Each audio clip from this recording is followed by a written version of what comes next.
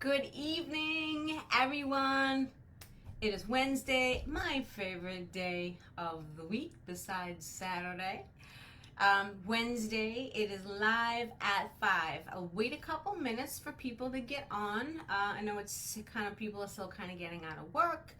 I think we had 20 people register, so I know people are going to be, jumping on at different times or whatnot. I love this training tonight.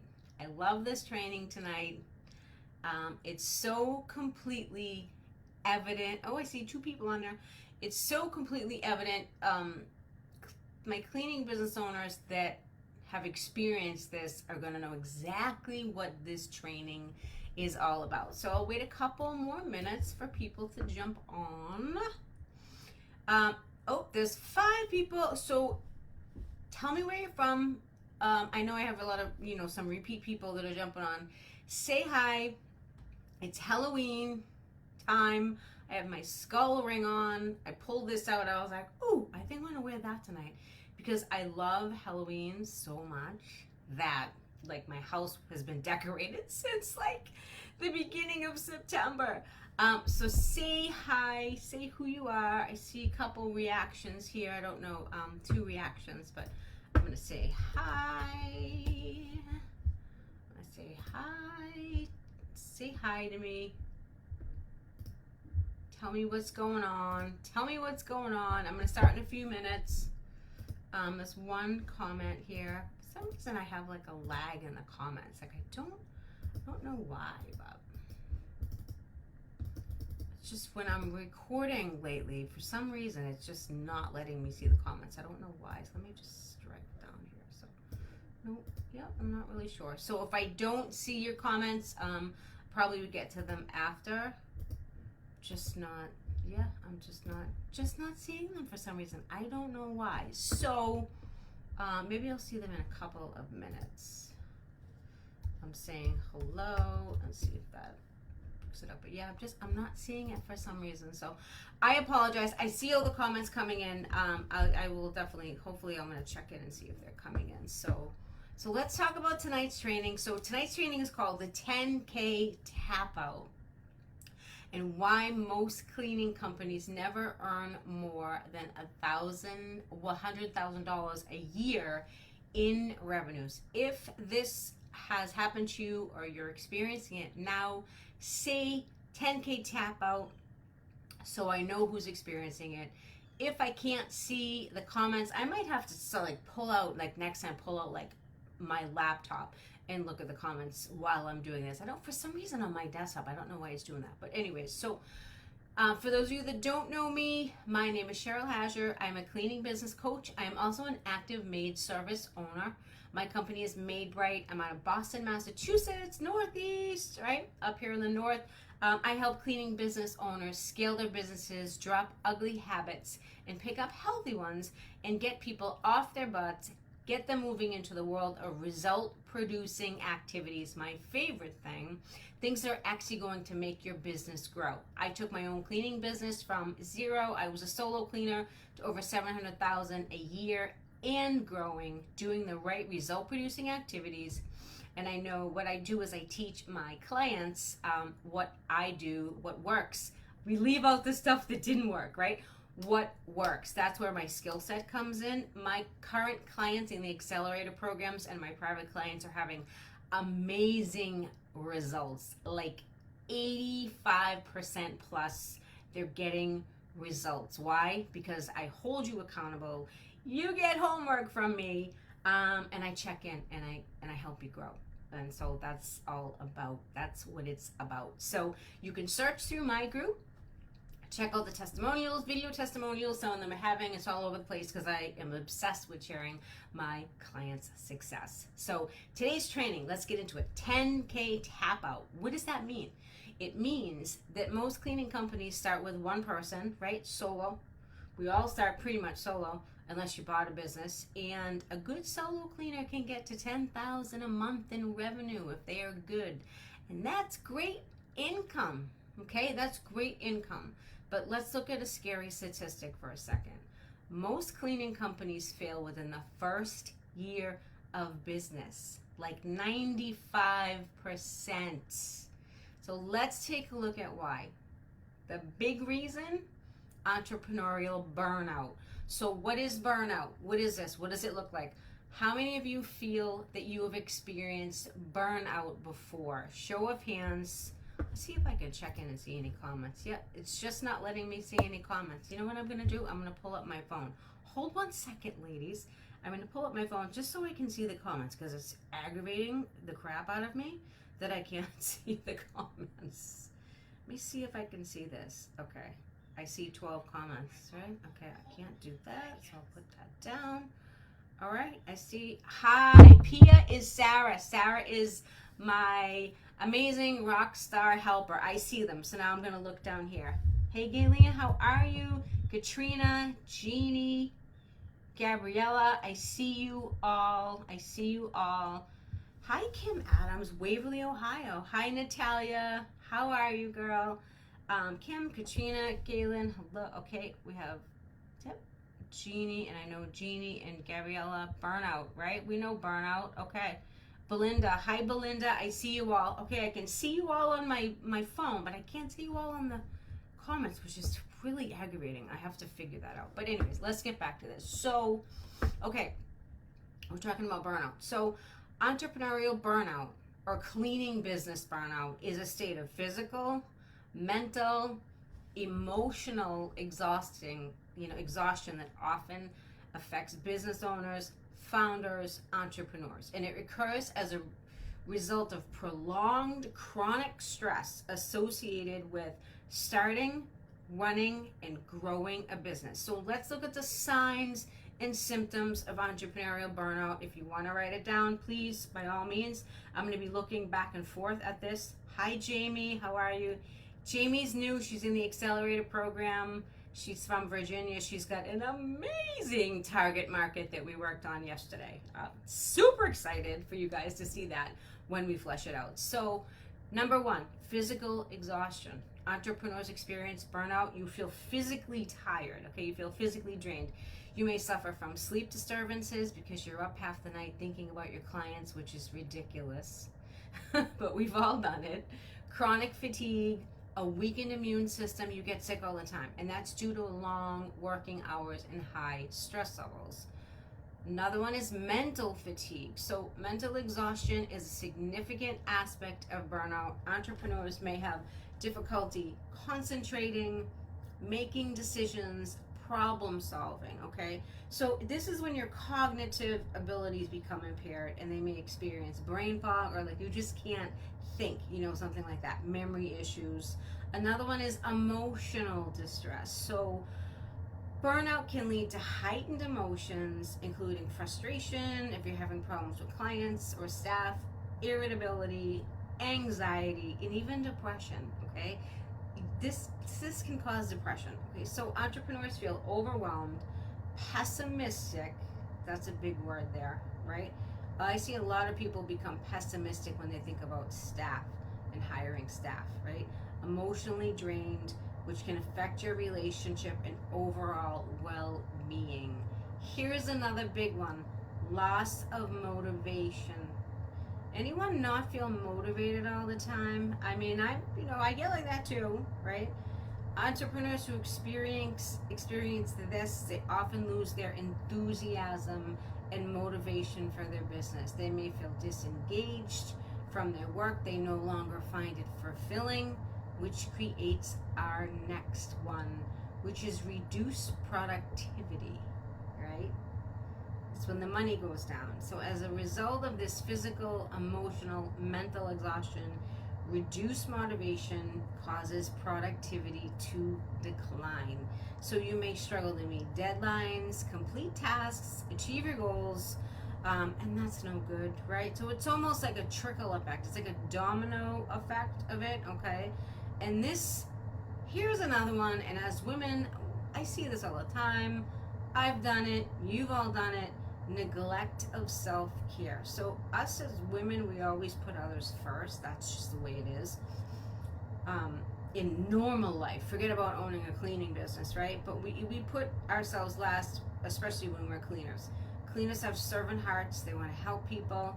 We always want to be, putting other people first. So entrepreneurs experiencing burnout often neglect their own physical and emotional well-being. You may skip meals, you may forego exercise, and you may not take the time to relax and recharge. And what happens as a result of all of these things? Financial stress. Okay, burnout can lead to financial stress because now you've had reduced productivity, you're not feeling good, you're tired, you're mentally wiped, right? And especially if the business is struggling, it's even worse. So you as a cleaning business owner may find it challenging to manage all of the finances effectively, which can add to the overall stress. So let's take a look at what is exactly causing this. So if you're a solo cleaner or close to being a solo cleaner or were a solo cleaner, realistically, you can clean about 10 to 15 houses a week if you're motivated and disciplined. And we all know this because we've done it, right? When I was solo cleaning, that was my limit, right? Physically. And at first you're like, oh my God, I get these clients, this is awesome, I'm self-made, right? You're making all this money. Well, a bunch of things can actually happen. So let's take a look at when a client cancels last minute and you don't have any systems in place because you never thought they were going to cancel last minute, right? And you would be out of that money for the day. So let's say you're like, okay, I'm going to clean, Jane Smith's house, and then after that I'm going to go grocery shopping. Then Jane Smith cancels. Uh-oh, what do you do, right? And you're depending on that money because they're technically... So it's a fine line. They're technically not your employer, so they don't have to guarantee you that money. And that's where the lines get blurred sometimes when cleaning owners think that they're owed that money. Not really if you don't put some systems in place. So if you don't have a service agreement in place and say they cancel last minute, they should be charged the entire price of the cleaning fee if they cancel on the same day. And you should have that in writing as a policy. But if you don't, you take the abuse, right? You have no choice but to take their bull, the next word, and their disrespectfulness, which is not cool at all, right? That's just one thing out of anything that could happen. I see Gloria, Candace, Wendy. Hi guys. I have to look at you on my phone because for some reason I'm not seeing the names pop up on my desktop. So now you're cleaning solo. You're cleaning solo for a while, and you start to get tired physically, so you think to yourself, you know what, it would be great if I had someone to help me, a helper. Now you start putting feelers out for a helper. Helpers aren't really an employee. A helper, okay, 9 times out of 10 they want to be paid cash. Overtime, which is technically illegal because you're not paying taxes and you have someone working for you. Okay, it happens all the time. Whether or not you get caught is a different story. It depends on what kind of level you're doing it. All it takes is one disgruntled employee to rat you out and you're in trouble, okay? So now you're paying this person cash for a while. Now you've created a monster and you don't even know it. This person will get used to cash, used to not paying taxes, and when you finally get to the point where you say, okay, I'm gonna start putting people on payroll, they don't want to be put on payroll and they're your best worker and they quit. Now you're in a problem. You get a problem. Now you have a full schedule of clients. They're helping you, and now you're like, crap, I have to clean all these houses by myself, right? So in comes the stress. Then you say to yourself, okay, I'm going to place an ad on Indeed. I'm going to hire a real employee. Here we go. This starts to get exciting. You're hiring a real employee, but you don't really know what to write. So you just say some basic stuff, right? You throw it up there on there, and you're not really going to know what the heck you're going to get. You're not going to know what you're going to attract, okay? So are you attracting the right candidates? Because not all candidates are created the same. Not all of them have good intentions. They all don't have cleaning experience. They will lie. They're not going to be good. And there's signs that you will be able to tell when you're interviewing them, but if you're new, it's difficult to spot, okay? So a new person hiring people, you won't have experience because it takes time to learn this skill set. So these are just 2 examples that can start to snag you and get you caught up, and start to cause like this stress for you. So what do you need? You need systems. and a Dunkin' Donuts coffee. Yep, I'm a coffee girl. You need your systems in place, okay? So as a solo cleaner, you're not going to be able to make much more than $100,000 a year if you don't hire and start to build out your teams. And $100,000 a year as a solo cleaner is a stretch because it's physically exhausting, right? But what's wrong with $100,000 a year? There's nothing wrong with $100,000 a year. It's great income, right? Fantastic income for cleaning houses, and you should be damn proud of yourself that you're able to get it to the $100,000 mark, right? Massive congrats. But that's the good news. The bad news, unfortunately, is it's not sustainable. So why isn't that sustainable? Because it isn't sustainable physically, okay? Over time, your body breaks down from overuse, right? If you've been solo cleaning for a while, or if you're still in the field and you've been cleaning for a while, I don't have to tell you that this is a physically demanding job. It's the most overlooked physically demanding job, and it's wear and tear on your body. And you can do it for a while when you're young, but as you get older, your back, your joints, it's all going to take a toll, right? Because we know cleaning houses is physical work. Amen to cleaning houses being physical work. And that's why a lot of people over time can't handle it. That's why they quit. That's why this training is called the 10K Tap Out, because you're ready to quit when you're at 10K a month by yourself, right? It sucks, right? It sucks after a while.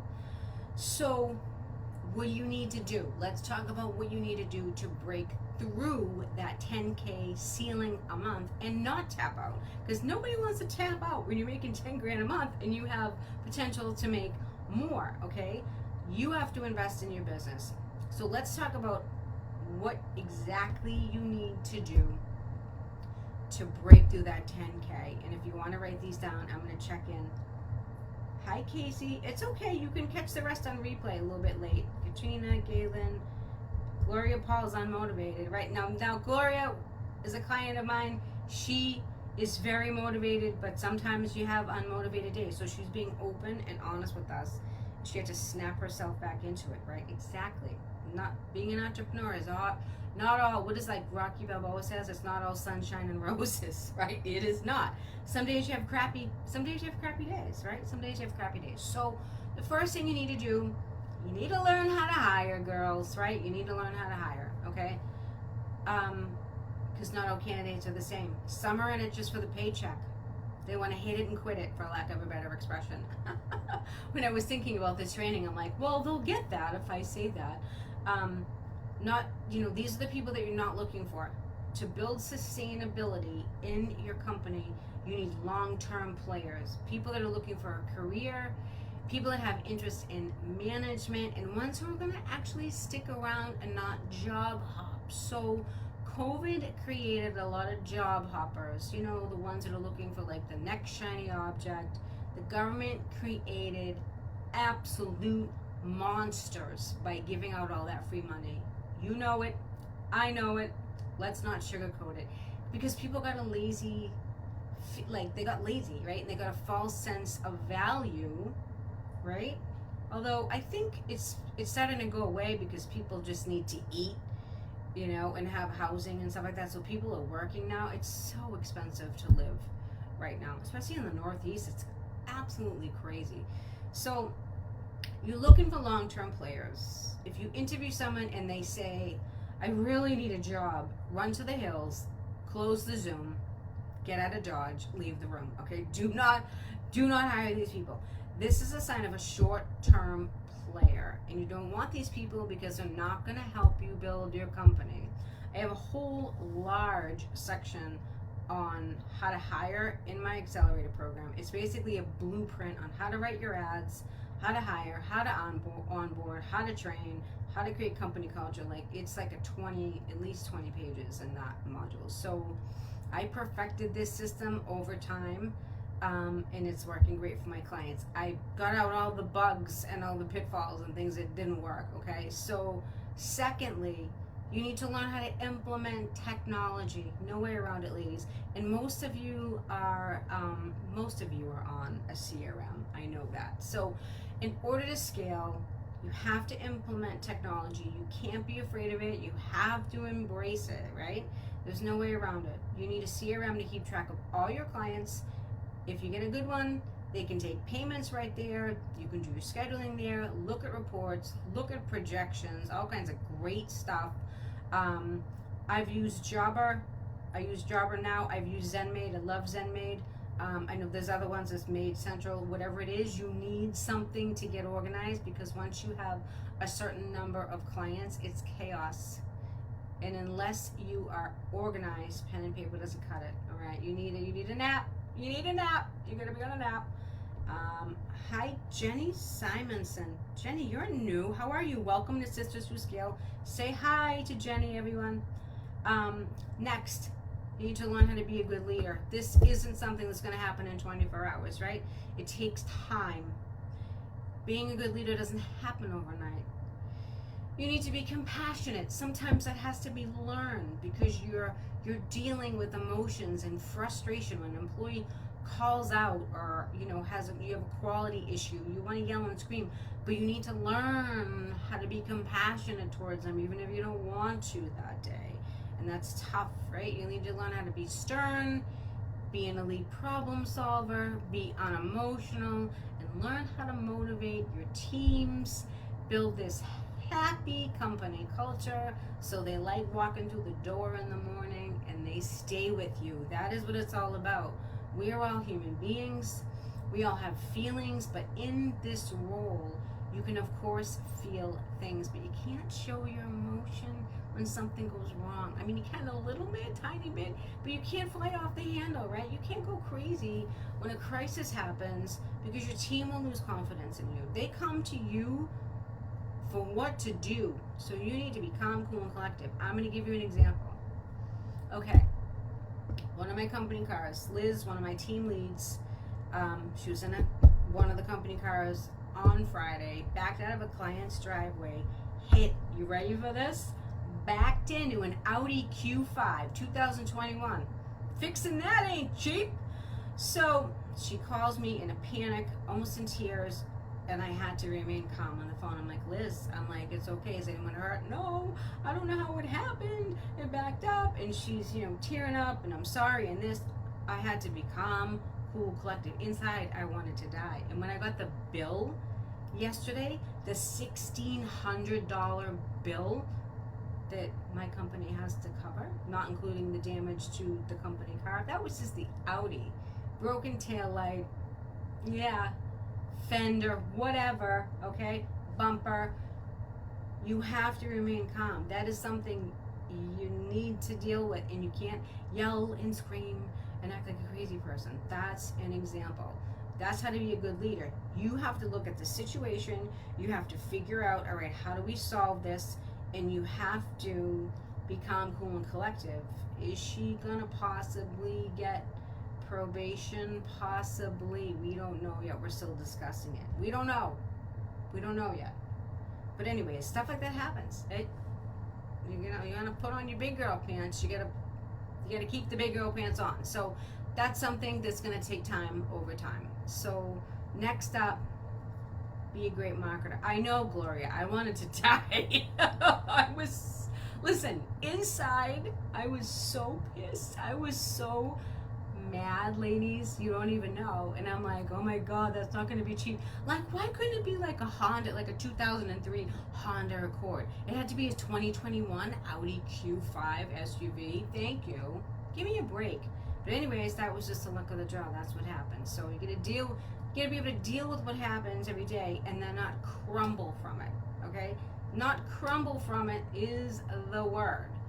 Next up, let's move on from that. I don't want to dwell on that anymore. You gotta be a great marketer. Knowing how to position yourself and your company online will be the difference between someone going to your website or picking up the phone, or they're calling your competition, because perception is everything. It's everything out there. If you have an appealing website and have appealing social media posts, this is another thing I teach my clients in the program, good reviews. There is a perception that will happen in someone's mind, and they perceive that your company will do a better job than someone else that just posts up random posts and says, I have 2 hours for a deep clean spot, take it before it's gone. I mean, that's, let's face it, I'm just gonna say it, that's kind of amateur. You don't want to do that because you're trying to attract your target market, and your brand is what's going to attract your target market. That's not a brand. When you see posts like that, that's not a brand, right? I'm a brand strategist. I love brands. I love creating brands. I love helping my clients create brands, and that's a lot of what we'll be working on. So if you build a brand that is so strong that people identify with you, okay, and what you represent, you'll never have to sell again. How brilliant is that? Because the leads are going to keep coming in. All your hard work on your branding, the strategy behind your branding will do all the work for you. This is so cool, and when you truly get this, ladies, your company will change. Your colors, your logos, your statements, your taglines, your testimonials all play a huge role in creating your brand. So an example would be like Apple and Samsung.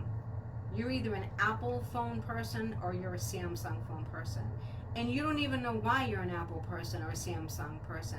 Their marketing is done so subconsciously that you just identify with a certain brand, and you don't even have to be sold because you're an Apple person or a Samsung person. I'm an Apple person. I like Apple products. I have Macs, I have iPhones, I have iPads. I'm a Mac person. I was sold at one point down the road 20 something years ago, probably because I'm a musician. I'm an Apple person. So they don't even have to sell to me. I'm like a loyal fan. And so that's great brand strategy and attraction. Or, you know, Lululemon. There's another one. Some people just buy Lululemon stuff over and over and over again. They don't care how much it is. Me personally, I'm a Marshalls girl, so I like to go into Marshalls, right? But people love brands, and when you build a brand so strong, you don't have to sell, okay? So you also need to learn how to sell and overcome these objections. Your objections are going to be usually price. Another one's going to be communication, things like that. English speaking staff is a big one. I get it all the time. I'm sure you guys have too. So overcoming your price objections, especially now, you know, the economy is a little tough. It's a little expensive. So does everyone know how to handle overcoming a price objection? Now, first off, if someone doesn't have the budget, it's not going to happen. Okay? So let's just get that out there. If someone can't afford it, no matter how great it looks, it's probably not going to happen. And some people underestimate just how expensive cleaning services are. I was at an estimate last week. Lovely lady, never hired a professional, said she didn't realize how expensive it was and couldn't afford it. And of course, she just did a $120,000 kitchen renovation, but you know, it's all about priorities. So those people that don't get it with the budget, you're not going to get them, right? You're not going to get them. So that's a different story. People will pay for good service and good value. Selling is all conversation. It's not pitching. It's, you know, it is showing what you offer to like a certain extent, but it's really making a connection with your prospect. Most people know they want to do business with you before you even walk in the door because they've done their research, okay? They have done their research. So if they like you, they like your prices, they're probably going to hire you, okay? That's why I do in-person estimates. Gloria just experienced this herself. If you want to ask her, I'm sure she wouldn't mind that you write her. She went from doing all in-person estimates, having a high closing rate, switched to try a different model, which, you know, you obviously want to try stuff. And then started doing over the phone, and she wasn't closing them because they don't get to meet her. She's awesome. She's got a great personality. She knows her stuff. She's very kind and calm and cool, and she can close deals in person. Over the phone, people are price shopping. So if you charge $175 for a bi-weekly clean, and someone else comes in at $140, they're just gonna pick the cheaper one, not even knowing that your company could offer so much more value and they could identify with you. So that's why I don't like over the phone quotes, unless they're real estate ones where you can't get in to see the house, you know. So I always do my in-person estimates. You will close more deals if you do in-person estimates. Ask me, ask Gloria, ask anyone. You're going to build a better brand if these estimates are done in person, at least for a while, okay? People are in text land, digital land, but people still need human connection. You want to meet them, right? You also want to see what their house looks like to make sure it's not a disaster or a hoarder home, right? You can get into huge trouble with pricing and profit margins if you're quoting over the phone and you haven't seen the house, unless you're doing, an hourly rate. But, if someone has a hoarder house, you quote an hourly rate and you have, 25 hours logged in, they may not be able to afford that, right? It's always best to see it, okay? Trust me on this. I do my estimates in person. It's worked out very well, okay? Then you get in front of them and the person just isn't price shopping, and gives you a chance to make an easier sale, okay? So another one that people don't think of is that you have to have guts. You have to not be risk averse. What does that mean? It means you have to take chances on your business, and you need to be able to make decisions, okay? Easy or hard. You're the person that has to do it. You want to be the big boss, the leader, the CEO, the boss babe, right? You're the one that needs to do it. However, I'm going to tell you that it gets easier over time. It's not always going to be hard, right? It's the way that you respond. It's the way that your mind and your body responds to the stimulus, not the actual, actually what's going on. Let me just check in here. Okay. So to get the big rewards, it takes guts. If you want to get out of the field, you're going to have to get over some hurdles. It's part of the growing process as the boss. Does anyone have any questions about that? So I can see everything. I don't see if there's any questions. I see people making comments. So, Galen, oh my God, you were describing me almost to a T right now. Yep, I know, girl, I've been there. I know. Yep, Gloria's unmotivated. We're gonna get her back motivated. We're gonna get her back motivated somehow. I'm looking to see if anyone has any questions. If anyone has any questions, let me know. I'll give you a couple minutes. Jeannie, my mental fatigue consists of indecisiveness. Yep, no, that's totally common. Totally common. Let's see if anyone has any questions. Okay. So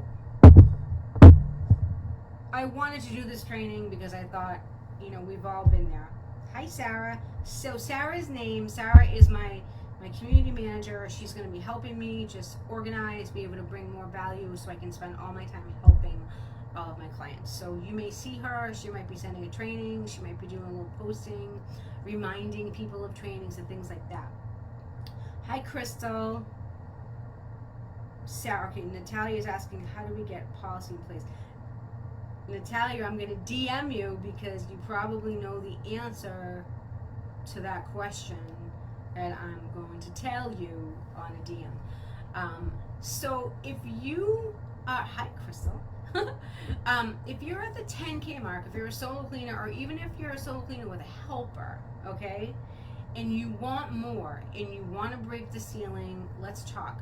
I help cleaning business owners get the results by holding you accountable, showing you what a good, consistent routine looks like that only includes result-producing activities, okay?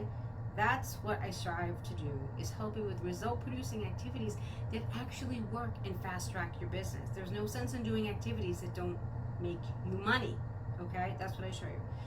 You can do it your way. It's your business. You can do it slow, or you can work with an expert and go about 5 times faster than you did if you were to do it on your own. So I have a new accelerator. It's on Tuesday nights, right? I have another one, but my October accelerator just started yesterday. It's on Tuesday nights. I am extending registration for the accelerator because more people that I met with wanted to do private coaching. So I have a couple of spots left in the accelerator. If you want to learn more, DM me. I set up a call. I ask you a bunch of questions, see if you're the right fit, and then we go from there. So if no one has any questions, I'm going to let you go. If you're watching this on replay, because I know a lot of people do watch it on replay, if you have questions, put them in the chat. I look at it afterward, because I want to connect with everyone. Crystal, I will DM you and tell you all about it. Are you in the US, Crystal? I don't have your profile. I can't look it up. Are you in the US or you Canada? Because US is US prices, so it's a little bit cheaper. Unfortunately, the conversion, unfortunately, in Canada is a little bit tough. But 10K. Let's stop the tap out. Let's grow. Let's make it $250,000. Who wants to make $250,000 with their business? That's double. That's easy. Yep, we double 10K to 20K. Oh, Galveston, Texas. You're US. I have one client right now that she started with me in the accelerator. She was at the 3,000 mark. She just messaged me a picture this morning. She was at over 11K in 5 months. Aramis, I'm talking about you, girl. She's over 11K in 5 months. Went from 3K to 11K a month. And I said to her, we're gonna keep going and we're gonna double that 11K to 22K. So we can do it. We just gotta double the effort. So I'm just super excited about that. So if you're watching it on replay, ask me questions. I'm here. I'm accessible. I'm only a DM away. I want to thank you for all joining the Zoom. And it's so weird to me. I can see the comments. Jenny Simon said, I'm cleaning a bathroom right now while I sit and listen because an employee called in sick. I know. I get it. I don't want to clean anymore either. I don't even want to clean my own house. I hope you all have an awesome evening. Sorry for the technical difficulty. I don't know why this is happening. It doesn't let me look at the comments anymore. I can look at it on my phone, which is next to my desktop, but for some reason it doesn't let me do that. So I want you all to have an awesome evening. And I will talk to you all soon. All right. See you later.